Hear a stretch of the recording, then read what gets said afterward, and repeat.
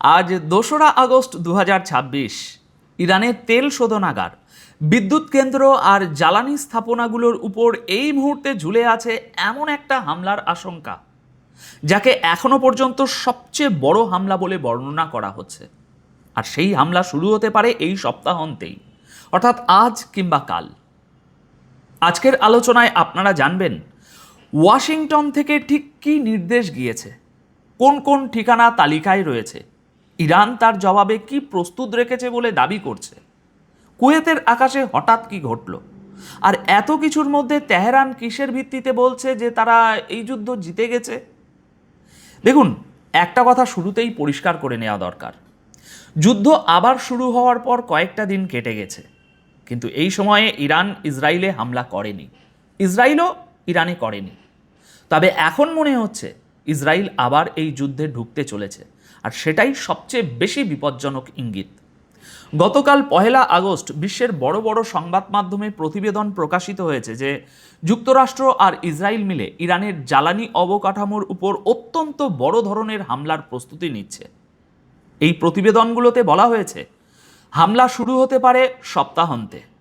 মানে লক্ষ্যবস্তু এবার আর শুধু সামরিক ঘাঁটি নয়, এবার নিশানায় ইরানের অর্থনীতির শিরদাঁড়া।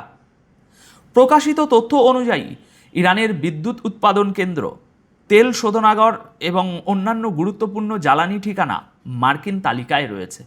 এমনকি রাজধানী তেহরানের বিদ্যুৎ পুরোপুরি বন্ধ করে দেওয়ার বিকল্পটিও বিবেচনায় রাখা হয়েছে বলে দাবি করা হচ্ছে। এখন বাস্তবটা বলা দরকার। দেখুন, একটা দেশের পুরো তেল সম্পদ, তার সমস্ত প্লান্ট জ্বালিয়ে দেওয়া এত সহজ কাজ নয়। ইরানের অর্থনীতির মেরুদণ্ড এক ধাক্কায় ভেঙে ফেলা যাবে এমনটা ভাবার কারণ নেই, কিন্তু ক্ষতি যে বড় হতে পারে সেটা অস্বীকার করা যায় না। কারণ ইসরায়েল আর যুক্তরাষ্ট্র এর আগেও ইরানের ভিতরে বড় ধরনের ধ্বংসযজ্ঞ চালিয়েছে, কয়েকজন সিনিয়র কমান্ডার সহ বহু নেতাকে হত্যা করেছে এবং নিউক্লিয়ার স্থাপনাগুলোর কিছু অংশ ক্ষতিগ্রস্ত করেছে। আচ্ছা, এবার আসা যাক সবচেয়ে গুরুত্বপূর্ণ অংশে। বিষয়টা শুধু একটা প্রতিবেদনের নয়। মার্কিন সংবাদপত্র ওয়াল স্ট্রিট জার্নাল দাবি করেছে 31শে জুলাই রাতে ক্যাম্প ডেভিডে যে বৈঠক হয়েছিল সেখানেই প্রেসিডেন্ট ডোনাল্ড ট্রাম্প এই নূতন হামলাগুলোর অনুমোদন দিয়ে দিয়েছেন। ওই প্রতিবেদনে আরও বলা হয়েছে এই বোমাবর্ষণ 1 থেকে 2 এমনকি 3 সপ্তাহ পর্যন্ত চলতে পারে, আর শুরুটা হতে পারে সপ্তাহান্তে, আজ রবিবার যে কোনো সময়। সিবিএস নিউজও দাবি করেছে যুক্তরাষ্ট্র আর ইসরায়েল ইরানের জ্বালানি অবকাঠামোর উপর বড় হামলার প্রস্তুতি নিচ্ছে। তবে ওই প্রতিবেদন অনুযায়ী ট্রাম্পের চূড়ান্ত অনুমোদনের অপেক্ষা এখনও চলছে। শুধু প্রতিবেদন নয়, গত কয়েক ঘন্টায় ওয়াশিংটন থেকে যে বক্তব্যগুলো এসেছে সেগুলো শুনলে পরিস্থিতিটা আরও পরিষ্কার হয়ে যায়। হোয়াইট হাউস বলেছে যুক্তরাষ্ট্র এই যুদ্ধ জিতবে। ট্রাম্প আবারও বলেছেন ইরানকে কোনো মূল্যেই নিউক্লিয়ার অস্ত্র হাতে পেতে দেওয়া হবে না। এর সরাসরি অর্থ কী? অর্থ হলো নিউক্লিয়ার ঠিকানাগুলোও নিশানায় থাকতে পারে। আর পেন্টাগন বলেছে মার্কিন বাহিনী পুরোপুরি প্রস্তুত, লক অ্যান্ড লোডেড। কিন্তু লক্ষ্যবস্তু নিয়ে তারা কিছুই বলেনি, মানে যে কোনো কিছুকেই টার্গেট করা হতে পারে। এখানেই আসল বিষয়। মার্কিন প্রশাসনের ঘোষিত উদ্দেশ্য কিন্তু শুধু ক্ষতি করা নয়। ট্রাম্পের সাম্প্রতিক বক্তব্যের পর সংবাদপত্রের শিরোনামগুলো বলছে ইরানকে আত্মসমর্পণে বাধ্য করার জন্যই এখনও পর্যন্ত সবচেয়ে বড় হামলা চালানো হবে। ওয়াল স্ট্রিট জার্নালের দাবি অনুযায়ী ট্রাম্পের নতুন নির্দেশের লক্ষ্যই হলো ইরানকে নতি স্বীকারে বাধ্য করা। ইরান আত্মসমর্পণ করবে এটা বাস্তবে সম্ভব বলে মনে হয় না, কিন্তু সেই চেষ্টায় বিপুল ধ্বংসলীলা চালানো হতে পারে সেটাও পরিষ্কার। তবে এই ছবিটার আরেকটি দিক আছে। প্রকাশিত প্রতিবেদনগুলোতে এটাও বলা হয়েছে যে কূটনৈতিক ফ্রন্টে যদি দ্রুত অগ্রগতি হয় তাহলে ট্রাম্প একেবারে শেষ মুহূর্তে এই হামলা থামিয়ে দিয়ে আবার আলোচনার পথে ফিরতে পারেন। মানে এটা একটা চাপের খেলাও বটে।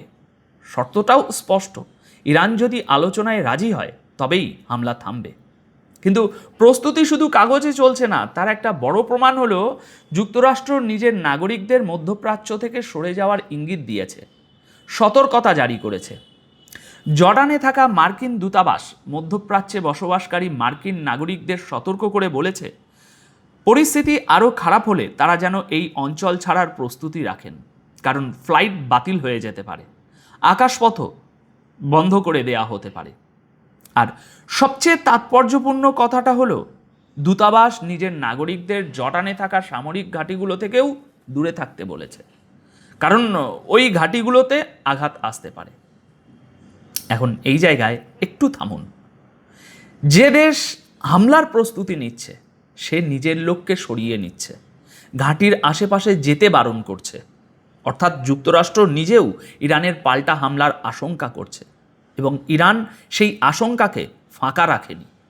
তেহরান খোলাখুলি সতর্কবার্তা দিয়েছে যে যে কোনো ধরনের হামলার জবাব দেওয়ার জন্য তারা একটি সম্পূর্ণ বিশেষ পরিকল্পনা তৈরি করে রেখেছে।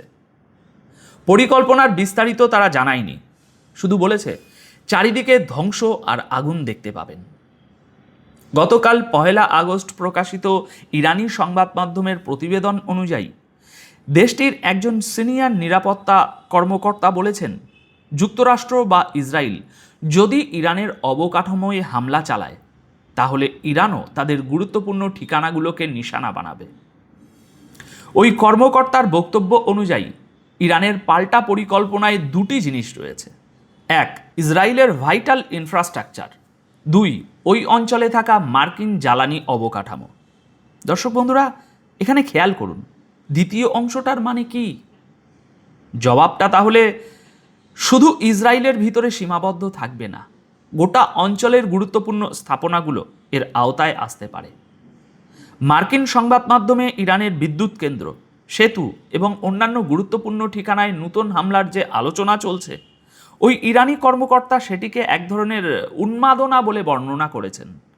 তিনি বলেছেন, 40 দিনের যুদ্ধে এবং তার পরের সপ্তাহগুলোতে ইরানের সশস্ত্র বাহিনী প্রমাণ করে দিয়েছে যে জবাব দেওয়ার সক্ষমতাও তাদের আছে, ইচ্ছাও আছে।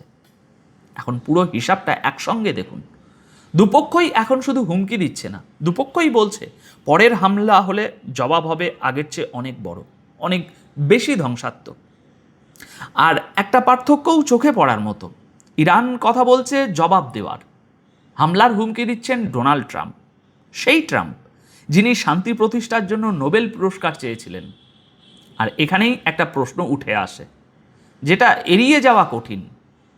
যদি ইরান সত্যি ধ্বংস হয়ে গিয়ে থাকে, যদি তার কিছুই করার ক্ষমতা না থাকে, তাহলে এত সতর্কতা কেন? সেনা সরানো হচ্ছে কেন? নাগরিকদের বের করে আনা হচ্ছে কেন? ঘাঁটির কাছে যেতে বারণ করা হচ্ছে কেন? এটা কি শুধুই সাবধানতা? এবার আসি এমন একটা খবরে যা দেখাচ্ছে যুদ্ধ ইতিমধ্যেই নতুন এলাকায় ছড়াচ্ছে। কুয়েতের সামরিক ঘাঁটি এবং গুরুত্বপূর্ণ ঠিকানাগুলোর উপর ইরানি ড্রোন হামলার খবর সামনে এসেছে। কুয়েত বলছে তাদের এয়ার ডিফেন্স সিস্টেম ওই ড্রোনগুলোকে ঠেকিয়ে দিয়েছে। প্রকাশিত তথ্য অনুযায়ী গতকাল 1 আগস্ট সকালে ইরানের দিক থেকে আসা কয়েকটি ড্রোন কুয়েতের আকাশসীমায় ঢোকার চেষ্টা করে। কুয়েতের প্রতিরক্ষা মন্ত্রণালয় বিবৃতি দিয়ে জানিয়েছে যে তাদের এয়ার ডিফেন্স সিস্টেম সবগুলো ড্রোনকে পথেই ইন্টারসেপ্ট করেছে। কুয়েতের বক্তব্য অনুযায়ী হামলার নিশানা ছিল উত্তর কুয়েতে থাকা একটি সরকারি স্থাপনা এবং বুবিয়ান দ্বীপে থাকা একটি বেসরকারি কোম্পানি। কুয়েত বিশেষভাবে একটা কথা বলছে, তাদের দাবি নিশানা কোনো মার্কিন ঘাঁটি ছিল না, ছিল কুয়েতের নিজস্ব সম্পত্তি ও ভবন। মানে যুক্তরাষ্ট্রের পর এবার কুয়েতেও সরাসরি এই যুদ্ধের আঁচে চলে আসছে বলে মনে হচ্ছে। আর এটাকে বিচ্ছিন্ন ঘটনা ভাবার সুযোগ কম, কারণ ইরান আগেই আরব রাষ্ট্রগুলোকে সতর্ক করে দিয়েছিল যে নিজেদের ভূখণ্ড থেকে মার্কিন সেনাকে সরাও, না হলে সমস্যা হবে, হামলাও হবে। এখন এই সবগুলো টুকরো এক জায়গায় রাখলে ছবিটা কেমন দাঁড়ায়? সেটা ইসরায়েলি সংবাদপত্র ওয়াইনেটের গতকাল 1 আগস্টের দুপুরের একটি শিরোনামেই ধরা পড়ে।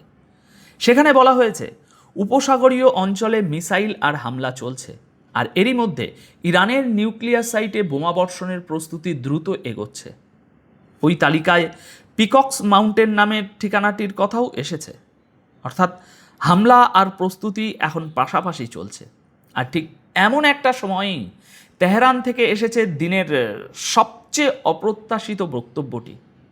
গতকাল 1 আগস্ট দুপুরে ইরানের পার্লামেন্টের স্পিকার এবং সিনিয়র নেগোশিয়েটর মোহাম্মদ বাকের গালিবাফ বলেছেন, ইরান এই যুদ্ধ জিতে গেছে, কিন্তু এখন সবচেয়ে বড় ধাপ হলো এই বিজয়কে স্থায়ীভাবে মজবুত করা। তিনি আরও বলেছেন, ইরানের জনগণের নিজেদের উজ্জ্বল ভবিষ্যৎ নিয়ে হতাশ হওয়া উচিত নয়, বরং দেশকে আরও শক্তিশালী করার দিকে এগোতে হবে। মানে ইরান শুধু জয়ের দাবি করছে না, তারা এটাও বলছে এই জয় ধরে রাখার লড়াই এখন শুরু হবে, আর সেটাই আসল পরীক্ষা। কিন্তু এখানে একটা প্রশ্ন থেকেই যায়। গালিবাফ কিন্তু বলেননি ঠিক কোন জায়গায় ইরান জিতেছে, কিভাবে জিতেছে। কারণ হামলা চলছে, অবরোধ চলছে, হুমকি চলছে, যুদ্ধের প্রস্তুতিও চলছে। তার বক্তব্যটি বারবার পড়েও এই জয়ের ঠিকানাটা খুঁজে পাওয়া কঠিন। তাই আপাতত এই বক্তব্যকে নিজের জনগণের ভিতরে মনোবল ধরে রাখার চেষ্টা হিসাবেই দেখা উচিত। কারণ যখন মিসাইল আর বোমা চলছে তখন যুদ্ধ চলমান। জয় বা পরাজয় ঠিক হয় যুদ্ধ শেষ হওয়ার পর। তবে একটা দিক থেকে ইরানের দাবির ভিত্তি আছে। একটা সুপার পাওয়ারকে দীর্ঘ সময় ধরে আটকে রাখা, বহু জায়গায় যান ও মালের বড় ক্ষতি করতে পারা, এটাকে ইরান নিজের সাফল্য বলতেই পারে। ইরানের আসল অর্জনটা এখানেই যে এখনো পর্যন্ত তারা হার মানেনি। হামলার জবাব হামলায় দিয়েছে, ক্ষতির জবাব ক্ষতিতে দিয়েছে, আর নিজের অবস্থান দুর্বল হতে দেয়নি। সত্যি বলতে ইরান বহু হিসাব বদলে দিয়েছে। এতদিন যাকে অপ্রতিরোধ্য বলা হতো তাকেও নড়ে বসতে হয়েছে। কিন্তু চূড়ান্ত জয় পরাজয় নির্ধারিত হয় যুদ্ধ শেষ হলে, আর এই যুদ্ধ শেষ হওয়ার কোনো লক্ষণ এখনও দেখা যাচ্ছে না। তাই সব মিলিয়ে ছবিটা কিছুটা এই রকম। একদিকে সবচেয়ে বড় হামলার অনুমোদন আর সপ্তাহান্তের সময়সীমা, অন্যদিকে ধ্বংস আর আগুন দেখানোর পাল্টা প্রতিশ্রুতি, মাঝখানে কুয়েতের আকাশে ড্রোন, দূতাবাসের সতর্কতা আর নাগরিকদের সরে যাওয়ার নির্দেশ, শিরোনাম, অ্যালার্ট, পেন্টাগন এবং হোয়াইট হাউসের বক্তব্য। অতীতের অভিজ্ঞতা বলছে এই সবগুলো একসঙ্গে তখনই ঘটে যখন সত্যিই একটা বড় হামলা আসতে চলেছে। এমন পরিস্থিতিতে সামনের দুটো দিন গোটা মধ্যপ্রাচ্যের জন্যই নির্ণায়ক হয়ে উঠতে পারে। এখন আপনাদের কি মনে হয়, জ্বালানি অবকাঠামোয় হামলার এই হুমকি শেষ পর্যন্ত ইরানকে আলোচনার টেবিলে আনবে, নাকি এই পথেই গোটা অঞ্চল একটা পূর্ণাঙ্গ যুদ্ধের দিকে চলে যাবে? আপনার মতামত অবশ্যই কমেন্টে জানাবেন। আপাতত এই প্রতিবেদন তাহলে এখানেই শেষ করছি। ভিডিওটি শেষ পর্যন্ত দেখার জন্য সবাইকে অসংখ্য ধন্যবাদ।